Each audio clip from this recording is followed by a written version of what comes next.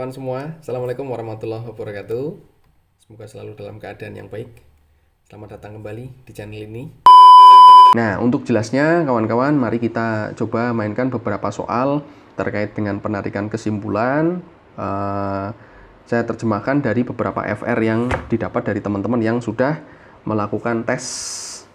Nah, di nomor 1 nih, ada jika vaksinasi berjalan lancar, maka daya tahan kesehatan ini, vaksinasi berjalan lancar.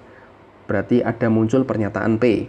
Daya tahan kesehatan masyarakat kuat. Kita misalkan jadi Q, artinya kita punya jika P maka Q, gitu kan? Nah, premis kedua, jika kesehatan masyarakat kuat, kita punya berarti ada sesuai dengan pernyataan yang di atas, kita samakan berarti dia adalah Q. Maka perekonomian semakin maju. Pernyataan baru nih, ya kan, teman-teman ya? Kita misalkan jadi R, artinya kita munculkan pernyataan di situ, jadi implikasi adalah jika Q maka R. Ada yang sama? Ada. Nah, kita luruhkan aja, kita hore aja, berarti muncul pernyataan yang baru adalah jika P maka R. Nah, P-nya adalah siapa? Vaksinasi berjalan lancar. R-nya adalah perekonomian semakin maju. Kita cari, jika vaksinasi berjalan lancar, maka perekonomian semakin maju. Ada nggak? Oh, ada nih, di pernyataan atau pilihan jawaban B. Nah, itu langsung dapat tuh. Jika vaksinasi berjalan lancar, maka perekonomian semakin maju. Artinya dapat jawabannya. Misalnya belum ada, berarti kita cari persamaannya, ekuivalen. Jadi persamaannya siapa? Jika P maka R itu sama dengan siapa? Ya, tidak sama dengan siapa? Tidak P dan R. Nah, gitu. Nah, sip. Gitu. Nah, kalau tidak ada berarti teman-teman cari yang tidak P dan R itu. Sesuai yang di atas tadi, kita coba cek ya. Nah, ini nih, yang sesuai dengan implikasinya, ini nih. Sesuai dengan ekuivalensinya. Nah, ini. Tidak P atau Q. Nah, berarti di sini kita balik adalah tidak P atau R. Nah, maka ngecek lagi di situ ya. Siap. Nah, seperti itu. Oke, nah kita lanjut di nomor kedua. Nah ini ada kuantor, kita main-main kuantor nih. Semua kendaraan beroda 2 dilarang lewat jalan tol. Ingat ya, premis mayornya adalah semua kendaraan beroda 2 dilarang lewat jalan tol. Nah, premis berikutnya adalah becak adalah kendaraan beroda 3. Oke, ingat, becak adalah kendaraan beroda 3. Nah, kalau kita hubungkan dengan premis mayornya, semua kendaraan beroda 2 yang dilarang lewat jalan tol, artinya apa?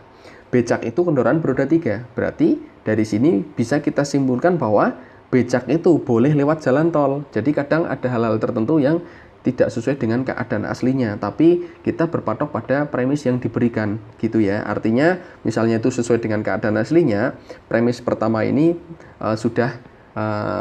belum sesuai dengan keadaan aslinya.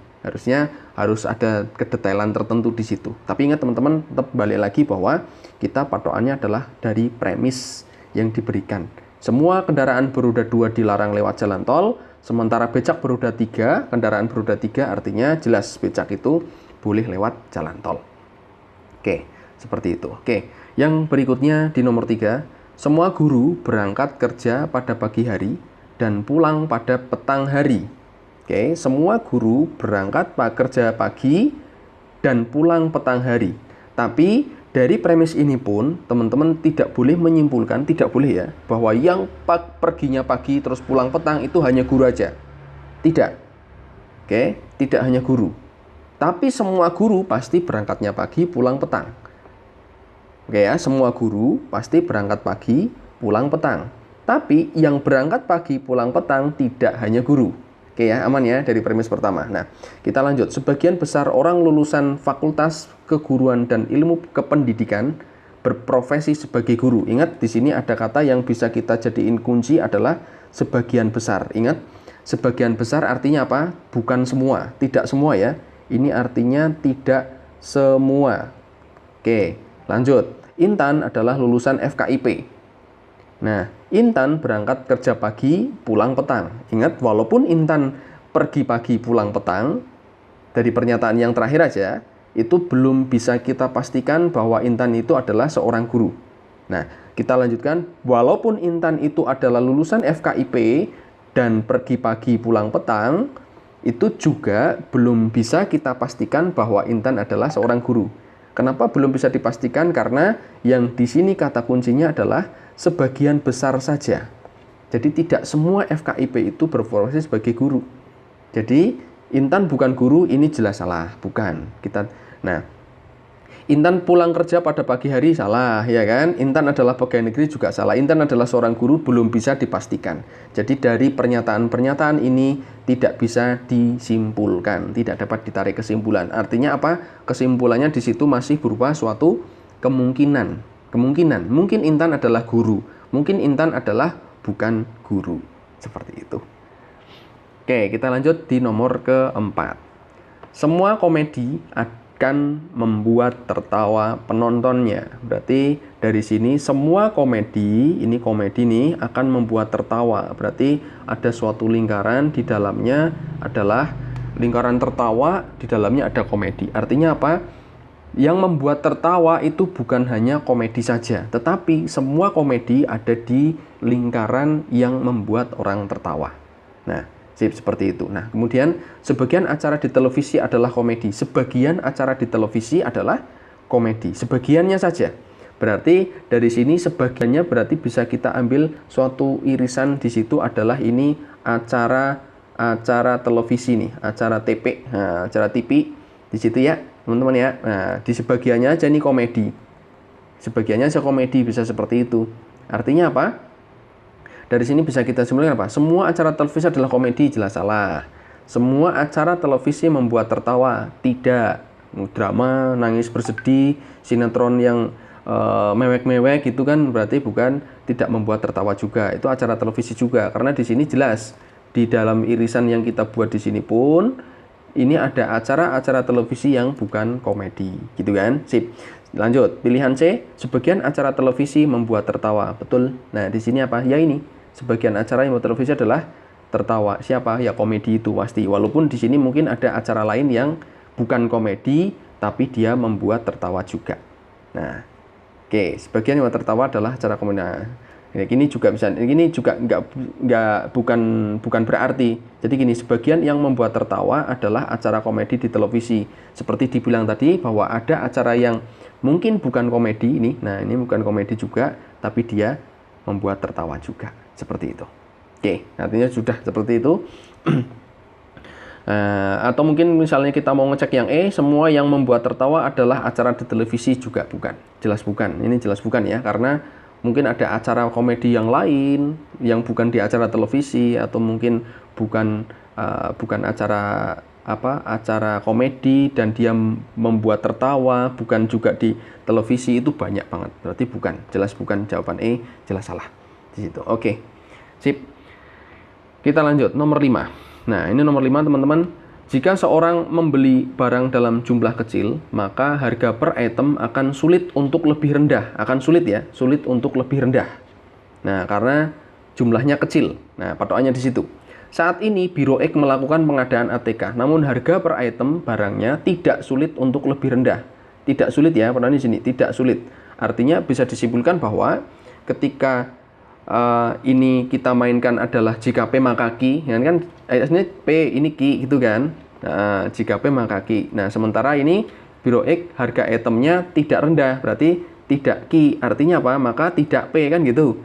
Tidak P itu siapa? Berarti membeli dalam jumlah yang tidak kecil. Hati-hati di sini ketika kita melakukan negasi dari suatu pernyataan, itu cukup menambahkan kata tidak saja.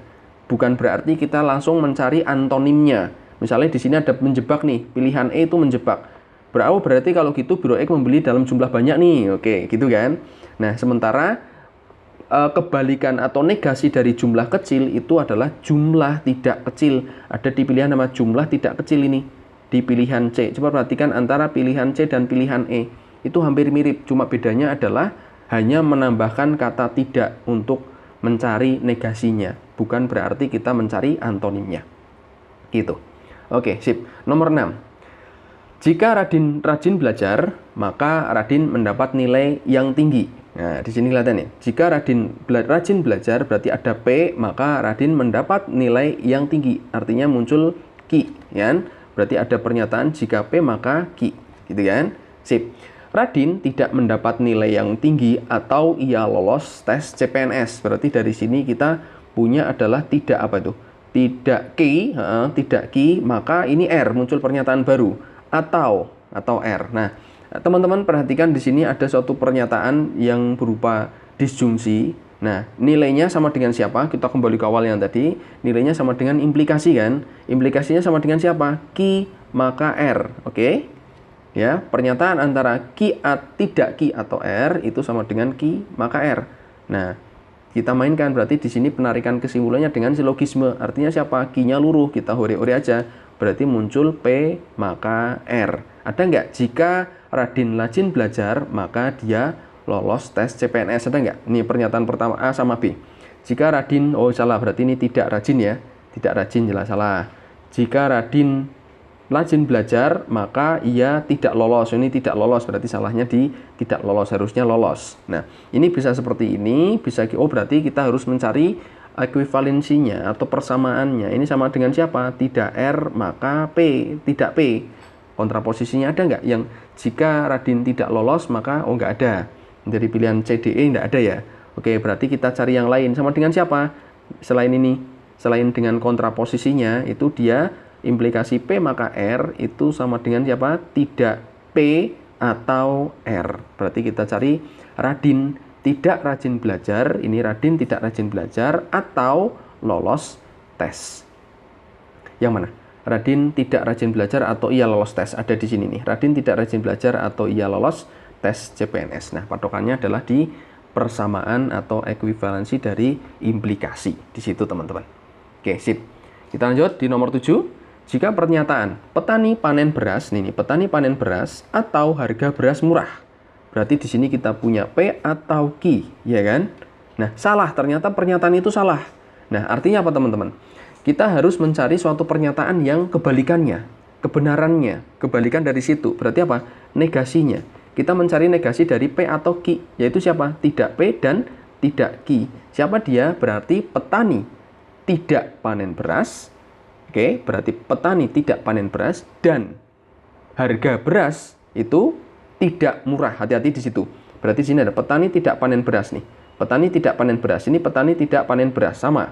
Kata hubungnya atau berarti salah. Ini kata hubungnya dan, ini dan. Berarti yang jelas pernyataan E kita hore, pernyataan B dan A juga hore. Tinggal pernyataan C dan D. Hati-hati, di sini harga beras mahal.